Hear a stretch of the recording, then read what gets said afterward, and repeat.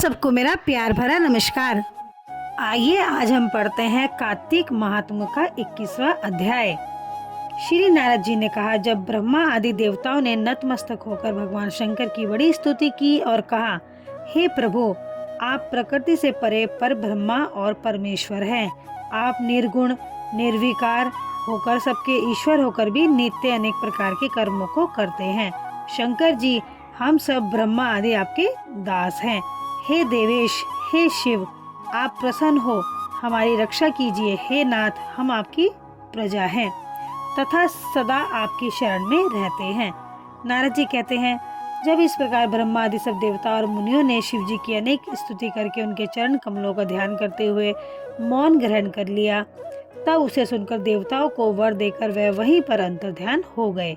पश्चात शिव जी का यश गाते हुए सब देवता भी प्रसन्नतापूर्वक अपने अपने स्थान को चले गए। महिषाख्यान से जलंधर का ये युद्ध चरित्र बड़ा पुण्यप्रद और सब पापों का नाश करने वाला है। यह सर्व सुखदायक और महेश को भी आनंददायक है।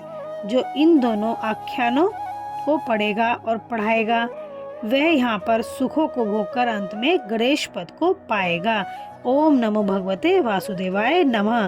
कहते हैं कि अगर हमने कार्तिक महात्म्य में इन अध्याय को सुन लिया, पढ़ लिया, तो इसी से हमें पुण्य फल की प्राप्ति होगी, मोक्ष की प्राप्ति होगी।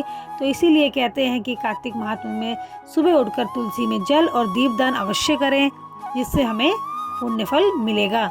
विष्णु की हमें अति कृपा और भगवान भोलेनाथ की भी हमारे पर कृपा बनी रहेगी।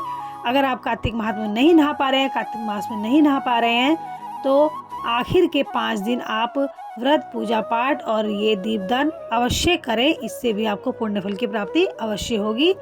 मैं आपको आगे की वीडियो में बताऊंगी कि वो 5 दिन कौन से हैं जिसमें आपने 5 दिन नहाकर पुण्य फल की प्राप्ति करनी है।